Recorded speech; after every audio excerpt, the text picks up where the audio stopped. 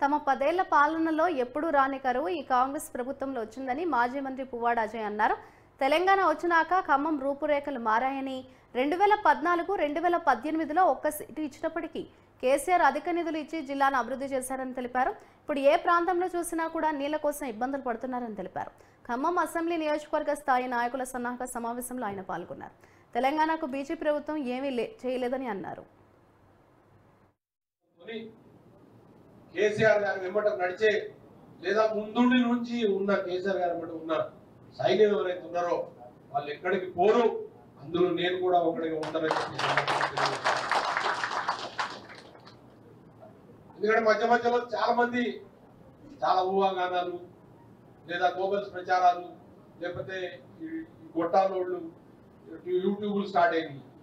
ఆ ట్యూబుల్లో ఎవరు పడితే వాడు ఇష్టం వచ్చినట్టు వాడు విశ్లేషణ లేదా అచ్చే కానీ కొన్ని పేపర్లు ఉన్నాయి, వాళ్ళు డిజిటల్ పేపర్లు ఆయన అట్టుపోతారంట ఇటుపోతారంట రోజు పొద్దున్న లేచి మనం శీల పరీక్ష శల్య పరీక్ష చేసుకునేటట్లు అసత్య ప్రచారాలు చేశారు. కానీ మీ అందరూ గుర్తు చేస్తున్నాం, ఇదే ప్రాంగణంలో ఇక్కడ కూర్చొని మనం ఫిబ్రవరిలో ఆ రోజు నాగనాగేశ్వరరావు గారు లేదా వద్దిరాజ రవిచంద్ర గారు లేరు కాదు, మనం అందరం కూర్చొని ఆ రోజు యునానిమస్ గా ఏది మన తెలంగాణ భవన్ లో మీటింగ్ పెడుతున్నారు అన్నప్పుడు ఇక్కడ నుంచి ఫస్ట్ తీర్మానం చేసుకున్నాం. మనం ఏమని తీర్మానం చేసుకున్నాం అంటే ఖమ్మం నియోజకవర్గం నుంచి మనం నాగనాగేశ్వరరావు గారిని మనం నిలబెట్టడానికి తీర్మానం చేస్తే ఆ ప్రతిపాదన ఆ మీటింగ్ లో రేపు చెప్తా ఉన్నాం, ఇల్లు చెప్పినాం. అది ఆ రోజు మీటింగ్ లో అదే ప్రతిపాదన చెప్పినాం. ఇవాళ కూడా అదే మాట మీద నిలబడి ఉంది ఖమ్మం నియోజకవర్గం లేదా ఖమ్మం జిల్లా అని సందర్భంగా తెలియజేస్తాం. మాకంటే కూడా మైక్ ఇస్తే బ్రహ్మాండంగా మీరు మాట్లాడటం చాలా మంది ఉన్నారు, చాలా సీనియర్లు కూడా ఉన్నారు, రాజకీయ అనుభవం ఉన్నటువంటి వాళ్ళు ఉన్నారు. మిమ్మల్ని నేను కోరుకునేది ఏంటంటే ఏ విధంగా మనం అయితే వాళ్ళ మాయ మాటలు మోసపు మాటల వల్ల మనం దెబ్బతిన్నామో మళ్ళీ ఇప్పుడు అదే ప్రజల దగ్గరికి మనం అన్ని కూడా తీసుకుపోవాల్సిన అవసరం ఉన్నది.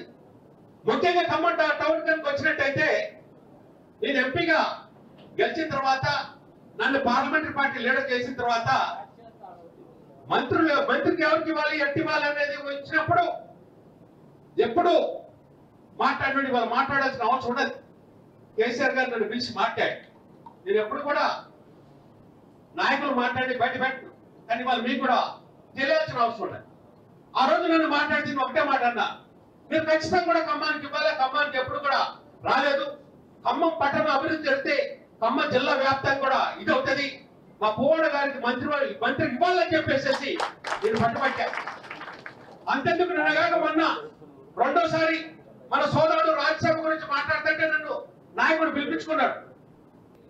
ఒక రిక్వెస్ట్ చేస్తున్నాడు, నామాన్న పర్మిషన్ ఇస్తే పర్మిషన్ ఏంటి తీసుకోవాలి కూడా.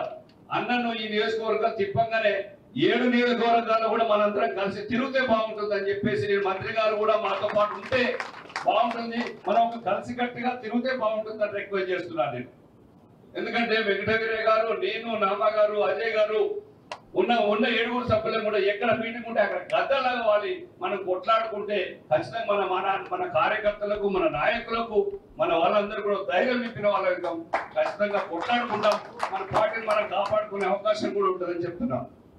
ఇంకా మిగతా విషయాలన్నీ మాట్లాడుకోవచ్చు. బీజేపీ వాళ్ళు వచ్చారు, ఒక అభ్యర్థి, ఆయన ఏం చేస్తాడని వచ్చాడు. మా బీసీలకైతే 10 ఏళ్ల పాలనలో ఒక బీసీ ప్రోటోకాల్ శాఖ కూడా లేదు, మంత్రితో శాఖనే లేదు బీసీలకు.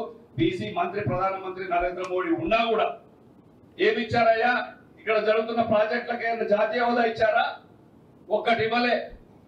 రైల్వే కోచ్ ఫ్యాక్టరీ ఇచ్చారా? బయ్యారం స్టీల్ ఫ్యాక్టరీ ఇచ్చారా? ఏమి ఇవ్వలే. కనీసం కొట్లాడంగా నామాన్న గారు మేమందరం కలిసి గట్టిగా యుద్ధం చేస్తే నామాన్న ముందు పడితే 10 ఏళ్ల పోరాటంలో ఒక గురుకుల విశ్వవిద్యాలయం మాత్రం సాధించుకున్నాం, ములుగులో సమ్మక్క సారక్క పేర్కొని. నిధులు అట్లే ఉన్నాయి, జిఎస్టీ ట్యాక్స్. ఇంకా బీఆర్ఎస్ పార్టీ ఒక్కటే తెలంగాణ రాష్ట్రానికి కేంద్రం నుంచి ఏమైనా రావాలంటే కొట్లాడేది. ఇక వీళ్ళు కొట్లాట కాదు కదా,